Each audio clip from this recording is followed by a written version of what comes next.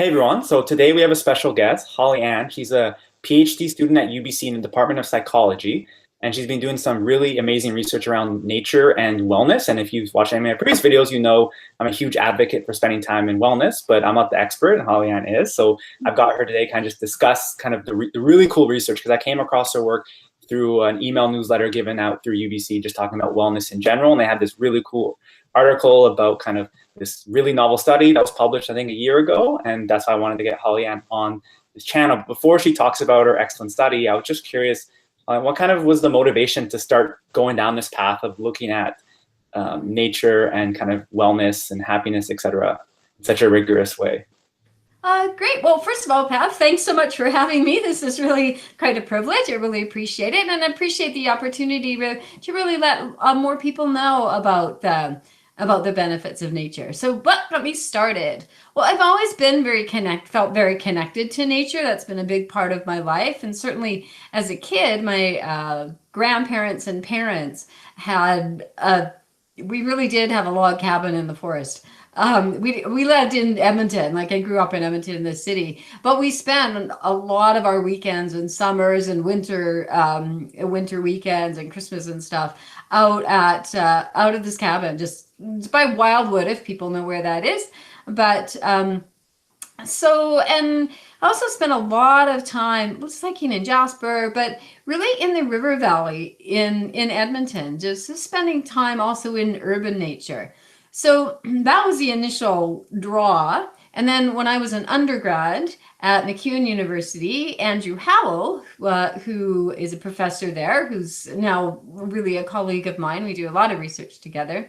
He was doing research on looking at, this is one of the first articles really that came out, was looking at nature connectedness. So just the sense of how connected do you feel to nature? How much do you feel that nature's part of your identity? So he was doing a couple of studies on that and relating that to mindfulness and other aspects of well-being.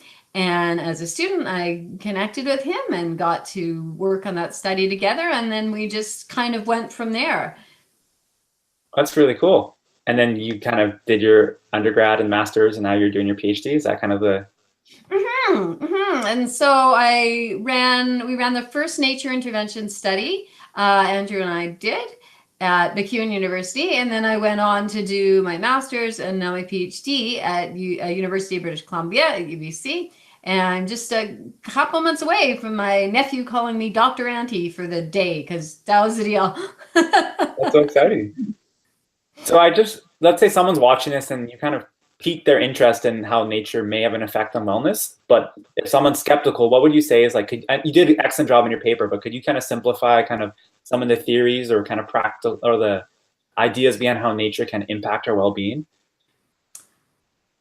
Sure. So that's kind of two questions in a way. The first thing I would say if somebody was skeptical was try it for yourself.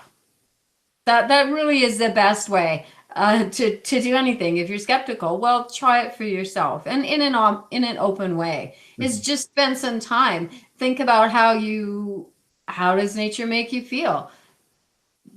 Look at trees that are growing, or plants in your house, or when the sun's coming out, or a really cool big full moon. That would be my response to I'm skeptical about this. Second of all, there's a lot of research, but all that research is founded and very solidly grounded on theory. So there's a number of different theories. One, of course, that everybody cites, first of all, is the biophilia hypothesis. So this states that this is the idea that we are animals. Like, we often forget that, but we just happen to be Homo sapiens sapien, but we are animals. And we evolved in a natural environment, which this was how we evolved. This was how we survived. And so it makes sense that from an evolutionary point of view, we are inherent, like it is inherent in who we are to respond immediately and emotionally to elements of nature. Whether that's good or bad, positive or negative emotions, we still are strongly connected to that. There's other interesting theories, such as, I'm trying to think of one that would be cool. Well, or certainly perceptual fluency account. So that looks at the fact that we process images, natural images, easier, more efficiently with fewer cognitive resources than we do built images. So there's a lot of good research showing that we really do process images from nature easier and use less cognition because we're using fewer mental resources. We're not as drained. That means we can, if you follow that through, that means we have more energy, more emotional resources. One of the things that is also, this is just a cool theory, and of course there's research behind it, is the idea of fractals. So fractals are the mathematical structure of things. And really a fractal is a infinitely repeating pattern of finer and finer magnification. So something looks the same no matter what scale you're looking at. So even as you drill down, it still has the same pattern.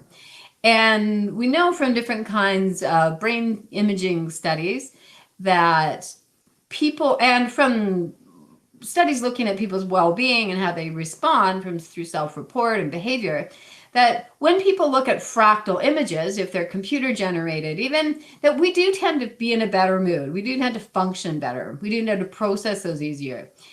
And particularly the mid-range of fractalness. I don't know if that's a proper term, but it's the mid-range of fractalness, let's call it. And that is most commonly found in nature. It's so common in nature that some of it actually called it a fingerprint of nature. So there's many reasons why we do respond emotionally and why this does help us improve our well-being. And then there's, of course, all kinds of psychological reasons too. But those are just some of the grounding ones and some of the kind of cool ones. Yeah, it is fascinating, especially with the fractals. I remember learning about that in engineering as undergrad, and that's cool that it's so commonly seen in nature. And there's actually a mental and neurological change based on viewing fractals versus non-fractal objects. Mm-hmm. Yeah, it's really, I have this thing about fractals. I think it's I'd like to do more research. I haven't done any research looking at them, but I certainly know that theory. So that's one of the really, it's more than just a pretty sight. Yeah, that's cool. And then I think the reason I really wanted to get you here is because I thought your study was really fascinating, because it wasn't just spending time in nature or like spending more time, but you had one of your conclusions based on this, the design of the study, was that being more aware of the emotional affect, if that's the correct way, if I'm interpreting correctly, of spending time in nature can positively impact your mood. Could you kind of expand on a little bit your study and kind of what your results were, and then? Sure. Yeah. You really nabbed, you really got that right, the nail on the head there with the interesting finding was, so in this particular study, what we did was, so in the first study, our first intervention study, we had people spend more time in nature. And that, of course, was very consistent with all the other research showing that, yes, it's improved people's different aspects of well-being. In this study, what I did was I had 3 groups. So we had just the regular group who's not doing anything. We had the group, what I call the built group. So people in the built environment, or people in the nature group. And for both of those groups, what I asked them to do was just pay attention as you go through your day. Just pay attention to how the natural objects around you make you feel. So that was the nature group. If you were in the built group, was pay attention to how the built objects around you make you feel. So a built object would be, well, I'm looking around my office right now, essentially everything in this office. So something human built, right? And nature could be, and this was very much about nearby urban nature. So the tree at the bus stop, the plant in your room, the dandelion growing out of the crack in the sidewalk.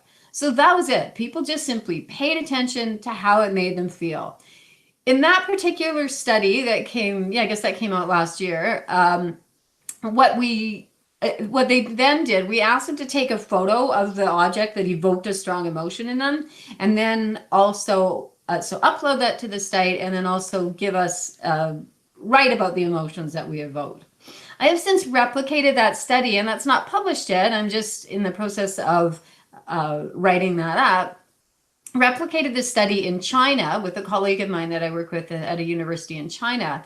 And there, what we had people do exactly the same thing, pay attention to how the natural objects around you make you feel. But instead of taking photos, because I wanted to try to get away from this constant use of our cell phones, and just write about, like a description about the photos, or about what evoked the emotion in them. And so people did this for 2 weeks. And at the end of the 2 weeks, in both studies, what we found was, first of all, people in the nature condition didn't spend a significantly greater amount of time in nature. So it wasn't about spending more time. It was about noticing the nature that you normally don't notice. Noticing the nature you normally don't notice as you go through your day, and just being aware of it, being aware of how it made you feel. So we found certainly greater levels of happiness, greater levels of life satisfaction, greater levels in the second study, greater levels of meaning in life. In both that was the only one that we only found in the second study. But in both studies as well, a greater sense of connectedness. So it wasn't about just connectedness to nature. It was a greater sense of being connected to other people, to the world in general, just connected in a general sense. And that's a really important aspect of well-being. That's a fundamental aspect of who we are. And we didn't measure pro-social behavior in the China study, but in the other study we did. And this was a large sample size, by the way. This was like 400 people.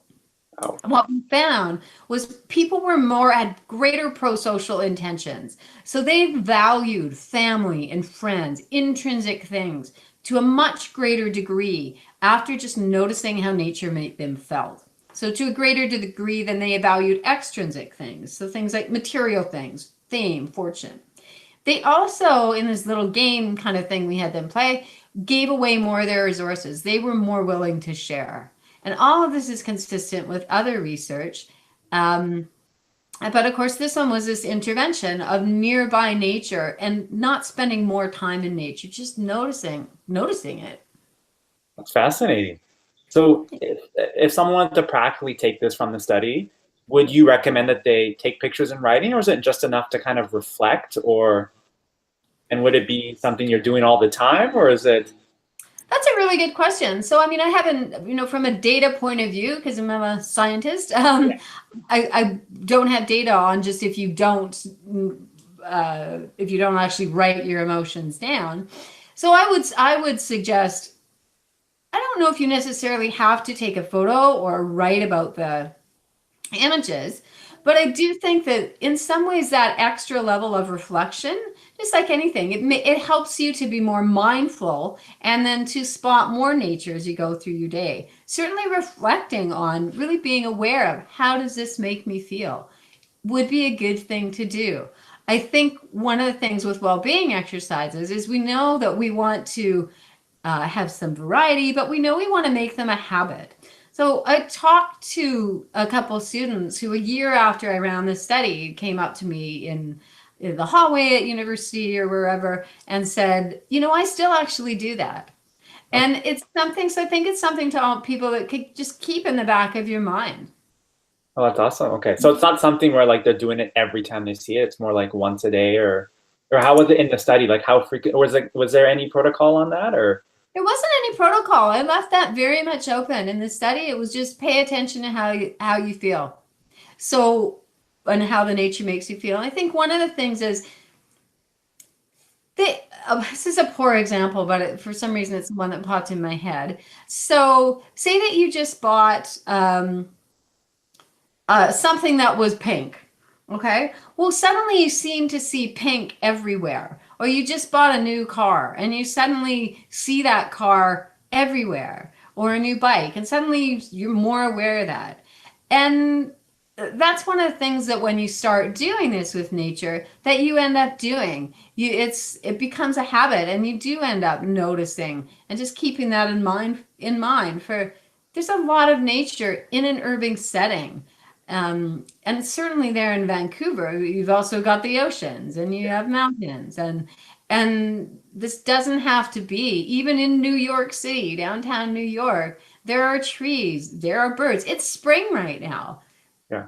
Take take 30 seconds on your walk to the bus stop or run across campus. Leave 30 seconds earlier to just, there's a lot of birds chirping right now. Oh, that's awesome. Did any participants in the study have issues with remembering to do the exercises, or was it something that once they got started, it was pretty seamless too? Oh, that's a good question. Excellent question. No, actually, it was really surprising. The adherence was phenomenal. Actually, it was overwhelming. Certainly for the first study, because of the photos, and I had such a large sample size, in part because people always end up dropping out of studies and they don't do what they're supposed to and this kind of thing. So you build that in. Well, nobody really dropped out, and everybody did what they were supposed to do, what we had asked them to do. So I ended up with like 3,000, almost 3,000 photos, I think. It was really overwhelming. It was great from a data point of view. It was also a bit overwhelming to every morning wake up to, there's another 200 emails with photos and descriptions. One of the things, that's a great question, actually, Pat, because one of the things that I think that really speaks to is this inherent pull we have to natural objects, to nature. That this is something that is generally pretty easy for people to do, and we want to do, and they stay committed to these kinds of things. Another interesting thing about the study and the results that we found in that one was that so I gave people incredibly clear directions, like for the nature condition, for the built condition, that, if you were in the built condition, pay attention to how the built objects around you make you feel. When you take the photo of that, or when you're writing about that, don't include any kind of human-built object, any human. So this is very specific. And they got reminder emails as well. This also probably helped. They got reminder emails or text messages in China every second day. Well, people in the built condition, even though they knew they were in the built condition, they didn't know all the different conditions, but they knew this was their job, so to speak. So we knew this was the intervention. A whole pile of them still ended up sending in at least one, if not more, photos of nature. So I had to really comb through the data and control for that. So it was really interesting that even people, I think that's just one more, like all these little pieces of evidence, one more piece of evidence to show that nature really evokes emotions in us. And you could see that in their end results of what did you learn from this study as well. That's absolutely fascinating. Because I think what I really liked about kind of your work when I was going through it is like, ideally, you like to spend more time in nature, more time hiking, but it's like, practical world, those things we don't have access to them because we live in an urban area. So I thought was so cool it was just, oh, see that tree at your bus stop or that dandelion most of us don't even think of that as nature. So I thought that was really cool. Oh, thanks. Yeah, that's this for me is a major thrust of my research to do with nature. Obviously, we need to protect our wild areas, and it's really good for people to get out away from an urban environment. I love doing. I haven't done that enough lately, but I do love doing that. I also recognize, so in the World Health Organization has estimated that in 30 years, 70%, I'm pretty sure it's 70% of the world population will live in urban areas. This is just not how we are meant to live, but this is what's happening. And they've also actually deemed that urbanization to be one of the major health risks, essentially, or health issues of the 21st century, because we know that urban environments are so bad for our mental health. So because so many people, so many of us do live in an urban environment, I love going out and backpacking or canoeing or whatever for 2 weeks. Not everybody likes doing that. Even if you really like doing that, we don't always have the resources or the time to do that. So yeah, to me, this is really important about nature isn't just the wild. Nature is also, and it's certainly, my gosh, in Vancouver, you've got the ocean right there. But even in Edmonton, even in any city, you have elements of nature all around you. You have plants in your house. This constitutes nature. Yeah. What kind of sowed the seed for like starting the study and like or driving the hypothesis? Sorry, what was that? What kind of started like making thinking to explore Oh. if like just attention versus time is an important variable? I'm not often at a loss for words. That's a good question. Uh, I'm not quite sure. Like I hadn't actually planned for that to be that Okay. there was a significant difference in the time. I wondered if that would be, so that's what I tested, but I hadn't actually planned for that. One of the things I did was I based this study on a study by Michael Steger, who's in the United States, who is one of the leading researchers on meaning in life.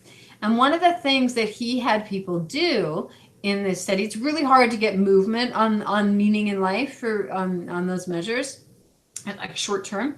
And one of the things that he had people do, which of course your listeners here could also do, is to just take anywhere between 5 and 10 photos of something that's really meaningful to them, that made their life really meaningful, and then to write about that. And that was where I got the original idea from, to adapt that for nature. And gosh, I have no idea at this point, to be honest, why I thought about that, of just noticing urban nature. I guess it just seemed like, I'm not sure how I got that idea. I guess a good stroke of insight, I guess. That's awesome. I think it's a really valuable like addition to kind of your day-to-day routine because it seems like it's relatively easy. People are able to keep doing it. I think that's kind of the key, like anything, whether it's a medication, exercise, diet, well-being, like psychological intervention. If you don't do it, it's not going to help. Well, that's exactly it. And certainly that's just it. So there's all kinds of positive psych interventions. They always take extra time. And certainly for the participants in these studies, it took time to do this. But it wasn't something that, oh, now I have to sit down at the end of the night and do this, or now I have to, it's not adding time to your day. You can do this on the fly. You can do this. Many of the comments were about, well, as I was running to class across campus, I stopped for a minute and noticed that is a really pretty rose. And I felt this. That's not taking a ton of time out of your day, but you're continually getting these little bursts of these positive emotions, and not just emotions of, some were big emotions like joy and happiness and elevation, but also those calmer emotions of, well, feeling calm, of feeling hopeful, of feeling peaceful. These are really important aspects to our well-being. So yeah, to me, in all my work looking at interventions, and particularly the nature interventions, to me it's really important of having something that people, it's not going to take extra time, you can incorporate it into your day. And from a clinical point of view, I'm not a clinical psychologist, but from a clinical point of view, people such as, there's a psychologist in Australia, George Burns, who looks at this. And he incorporates nature into his therapy. One of the things that he says about that, though, even from, certainly if you look at my intervention, what you're doing then is you're giving people this extra boost, something that they're going to inherently stick with, and then you can build upon that. But for every day-to-day stuff, it's a pretty quick, easy way to boost your well-being. That's awesome. I think I'm definitely going to use that in my final exams coming up soon because I do find like nature as being a quick, like I think I'm lucky in Vancouver and where it's ready access to that. But I think it's cool that I thought it was absolutely fascinating was the urban aspect because then it's there, especially because like you said, we're living in cities and as students, most big universities are in big areas or even the university campus. That's probably not the best for your mental health to be confined with all those people in such a small space, but. Well, yeah, exactly. I mean, we all, I think of even like before I decided to do the whole university aspect and pursue an academic career when I was working, and you're working downtown and you leave your house and you get in the bus and you go downtown and you get in the bus and you go home. But there really are, there's trees on the bus stop. There's birds flying around. There's squirrels. There's and that's in the downtown in Edmonton. In the wintertime, there are still birds, there's still squirrels, there's snow, there's still the sun in the sky. There's at nighttime, there's stars. So I really want, it's really important that we protect our wilderness areas, and that if people can, to do that. But I'm really trying to get the point across that this is about your everyday life and the nature that people have in their everyday lives, and certainly even bringing plants into your home. Most people do that. Those are aspects of nature, and there's a lot of good studies, really interesting studies showing that just the addition of plants in a room increases people's creativity, lowers stress, increases well-being. It's very simple things. Fascinating. So even if it's like just a plant that's kind of domesticated in your house, that will have similar benefits. Wow. Oh, yeah, very much so. There's a really interesting study in, pretty sure it was Taiwan, where it was school children, and they had plants at the back of the room, and plants at the back of some classrooms, no plants at the back of the others. So these were plants at the back of the room. This wasn't necessarily where the children were seeing them all the time. They were caring for the plants. They never, the staff never were very careful. They never watered the plants or drew attention to them when the children were there in any way. But after, I can't remember if it was a week or 2 weeks, children were suddenly reporting in these classrooms with the plants that they liked their school more compared to the other children. There were lower incidences of misbehavior. So there've been a number of studies like that plants in a room will increase well-being. That's fascinating. Something so simple could have such big changing effects on such big behavior. Yeah. There's lots of things. No-brainer is to show people images of nature. We know that almost consistently is going to boost well-being. It's not as good as live plants. It's not as good as being outside. But there is these aspects of nature. And even, I personally don't run Windows, but Microsoft stuff, but it's a personal opinion.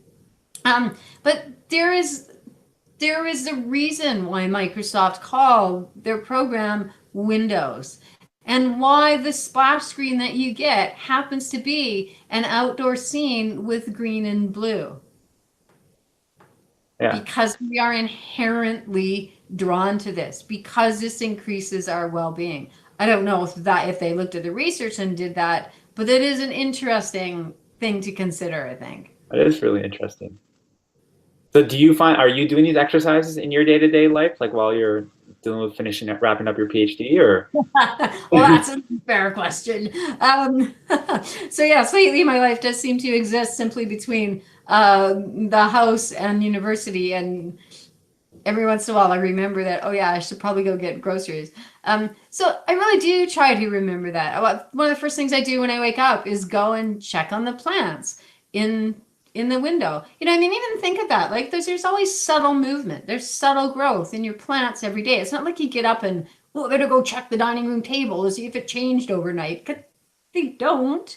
So I do that every morning. I check, and certainly this past week, getting outside and looking at just hearing all the birds, just really taking a minute to consciously. It's easy to not do that. And I don't tend to go around with headphones, but so many people go around with headphones. So that's a thing to be aware of. But yeah, I definitely try to incorporate this. I'm human, I'm fallible. I certainly don't remember to do that every day. But when I start to notice that, hang on here, I haven't done this for a few days, or I'm starting to feel getting kind of stressed out. Okay, I'm not following my own advice. By and large, I do. But okay. But you do notice a shift even within a couple of days of your stress levels, and yeah, I really do, because particularly as anybody who's a grad student of any age knows, we get caught up, and then towards the end, you're suddenly working 16 hours a day for 4 or 5 days on end to get stuff done. And that's not a healthy thing to do. And those little tiny breaks, I'm very aware of not just taking the break, but taking a break and looking out the window, working in places where there are plants in the room and noticing them. That's awesome.